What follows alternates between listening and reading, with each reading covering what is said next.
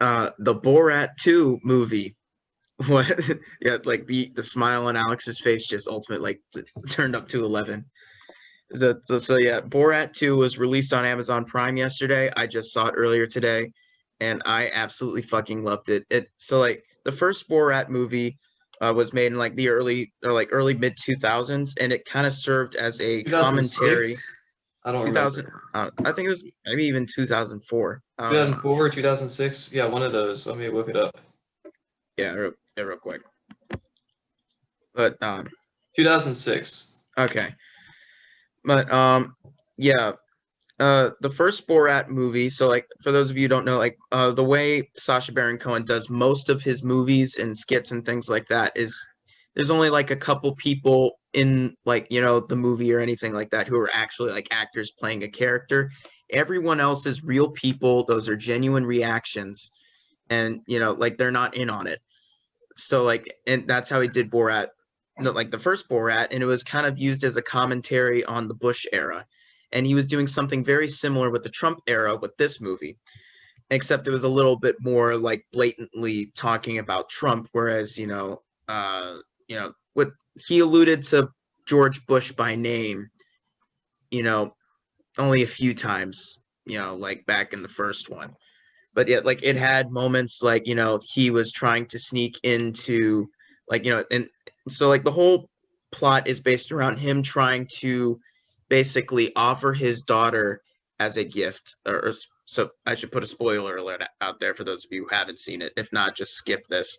But like he was trying to offer his daughter to Mike Pence for most of the movie, uh in order to put Kazakhstan back on like the strongman country list, so they could really get in with Donald Trump, because they talked about like how like Donald Trump's affinity for strongman dictators, and they were trying to be put on that list so they America could treat them well.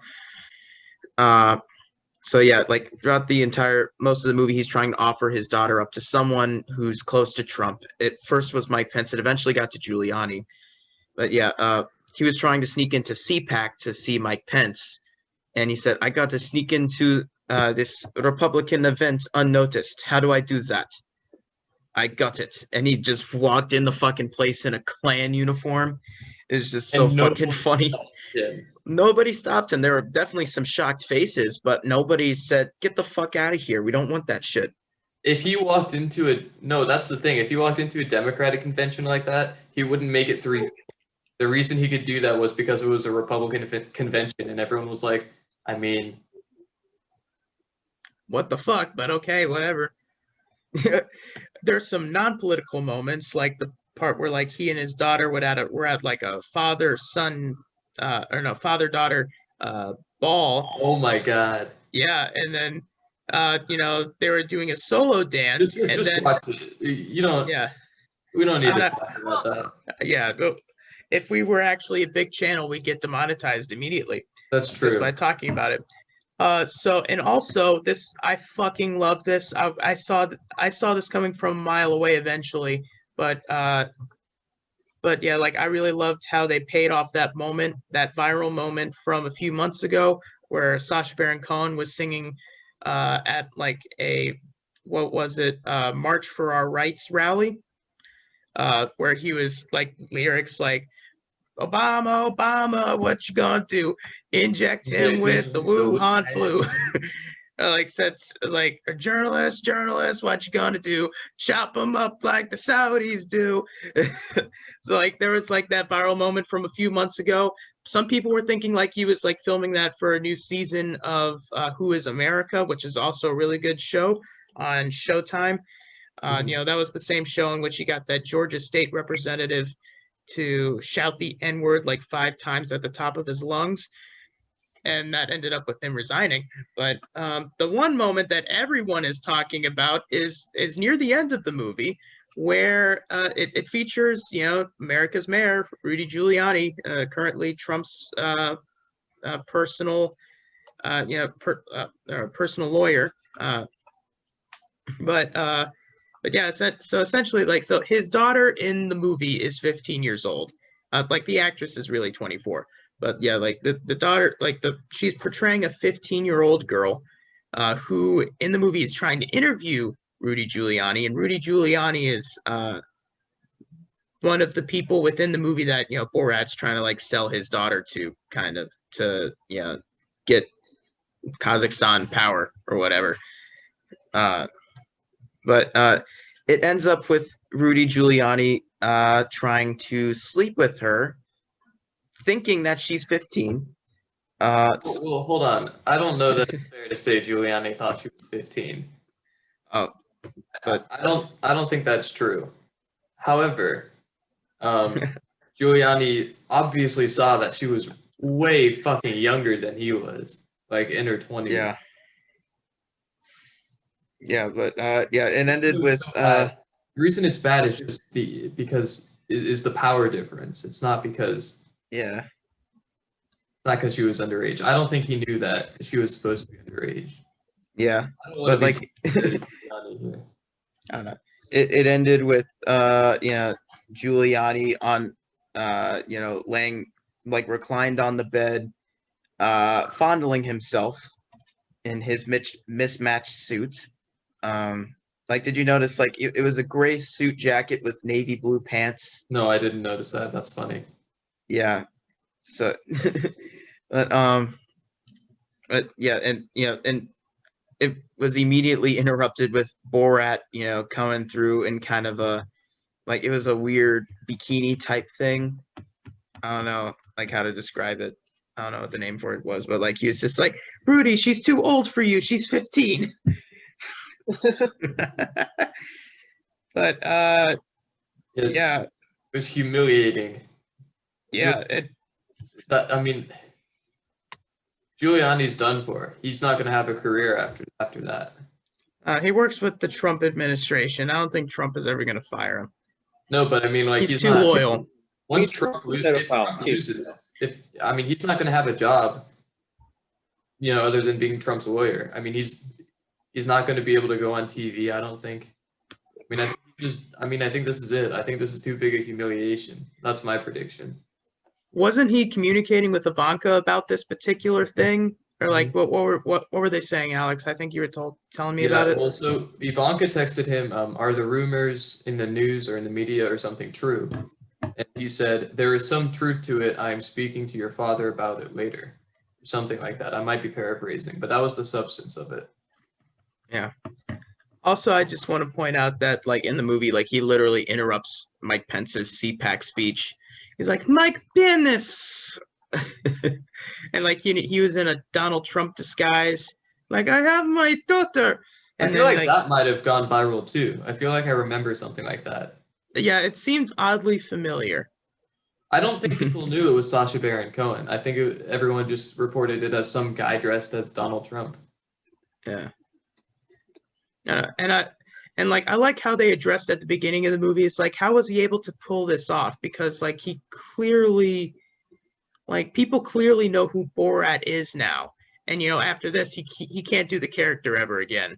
Like, literally, like, with all the publicity he's getting with the Giuliani shit. But yeah, like, if you have the means, totally check out that fucking movie. It is amazing. It totally snuck up on me. I had no idea there was going to be a second Borat. Well, like I was telling y'all, like, there was some news about it, like a month or so ago, saying like, oh, it's confirmed that there is going to be a Borat 2 released soon, and then like some of our conservative mutual friends were like tweeting or not tweet, were like posting on Instagram about it, saying like, I hope political correctness doesn't ruin this one because the first one was awesome. It's just like, well, you're not going to be disappointed. It certainly isn't politically correct. So, I don't know. I think they're going to say like, oh, they took shots at Trump. Like, that's political correctness. It's just like political correctness when it's convenient for them. If it's against Democrats, then sure. If it's against them, then no. When they say political incorrectness today, what they mean is the freedom to be racist and stuff. Yeah. They don't actually mean freedom of expression and diversity of thought. Yeah, they don't care about that shit. But like, because they're the first ones to claim they're oppressed if you disagree with their ideas. Yeah. Real political incorrectness is something, saying something that is kind of against conventional wisdom, like in Washington, for example, one of my politically incorrect opinions is that North Korea is not a real threat to us. Like that's a politically incorrect opinion of mine, just to give an It's example. something that you can't say if you were like a political person in Washington. Is basically like what it means. Yeah, but something that actually isn't just counted as just like incorrect, because yeah, like you can't say racist shit in Washington, but like that's not politically incorrect. That's just incorrect. Well, but it's also, I don't know. I guess everyone kind of has a different definition of political incorrectness. I would say Yeah. they're politically incorrect, but like, there's obviously a difference. Yeah. Correctness is just like kind of a weird. It's just a word. It's kind of manufactured, to be honest.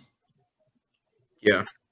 It's like but yeah, you're right. It's definitely being used by right wingers as an excuse to just say racist shit and say like, hey, what? I can't just say anything anymore. But I mean, it's both politically incorrect to say, I don't know, black people shouldn't be allowed to vote or something. Like that's a politically incorrect thing to say. But it's also just like a wrong, stupid, horrible, disgusting thing to say. But it's also politically incorrect and, maybe admirable to say, like what you just said, that, North Korea is not a big threat or something, or that we shouldn't be selling weapons to Saudi Arabia, or the war, or we shouldn't be bombing Yemen or something like that. Yeah. But one last thing about the Borat movie I wanted to talk about was just like how it takes on the ideas of anti-Semitism. Yeah, because the character of that was Borat, one of my favorite parts. Yeah. Yeah. Or like the character of Borat is very anti-Semitic. In fact, like he sets up like the Kazakhstani culture as, oh, the biggest threat to our civilization is the Jew. And like they have like the running of the Jew festival. Well, Sacha Baron Cohen is Jewish, so like he can get away with that. Yeah. And then there would be moments in which he would like, say something anti-Semitic, like, he was trying to get like plastic surgery for his daughter. It sends like, oh, maybe you could take an edge off the nose, and his daughter's like, oh, do I look like a Jew? And then it's like, and the doctor's like, no, you don't look like a Jew. It says like the Jew nose would be like this. It's just like kind of give it, and then or like when he ordered the cake and said like right on the cake, Jews will not replace us. And then she's just like, oh, okay. Like every time like he just says something casually anti-Semitic that like most people just kind of go along with it. And then later in the movie, near the end of the movie, he goes to a synagogue. Like, like he said, like, I'm depressed, I'm gonna kill myself, so I'm gonna go to a synagogue and wait for the next mass shooting. So it's just like already it's like, what the fuck? And then he said like, I go there disguised as a Jew, and like he like disguises himself like with all like the weird cartoonish anti-Semitic tropes, like he has like a money bag, like he has wings and a horny tail. It's like this really fucking long prosthetic, really fucking long nose. And then like he talks to these old Jewish women at the synagogue, and like he's saying blatantly anti-Semitic stuff, and they're not just turning him away. They're trying to like, oh, like they're being so kind to him, and they're trying to actually like reason with him and change his mind, like as if like Sacha Baron Cohen like was like anti-Semitic, and that was definitely one of like the light moments of the movie to show like the thing about Borat is that, especially the second one, is that it does reveal a lot of really disgusting people. But some of the best characters, like that, like those Jewish women, or like that black woman, who cared for Sacha Baron Cohen's, or who cared for Borat's daughter. A lot of the characters who are real people are really great. They're really good people, and that's part of the beauty of Borat. Yeah, because like everyone is unsuspecting. It really shows off someone's real character, and but like it's mostly highlighting the pretty disgusting stuff, but it shows like the good stuff too. And it's like a lot of criticism of Sacha Baron Cohen, especially coming from the right, is that, oh, he's just out to get people, or out to like get gotcha or corner them and stuff. But that's not really true. If someone is a genuinely good person, it will come out, like it did with the woman whom he gave his daughter to like babysit, right?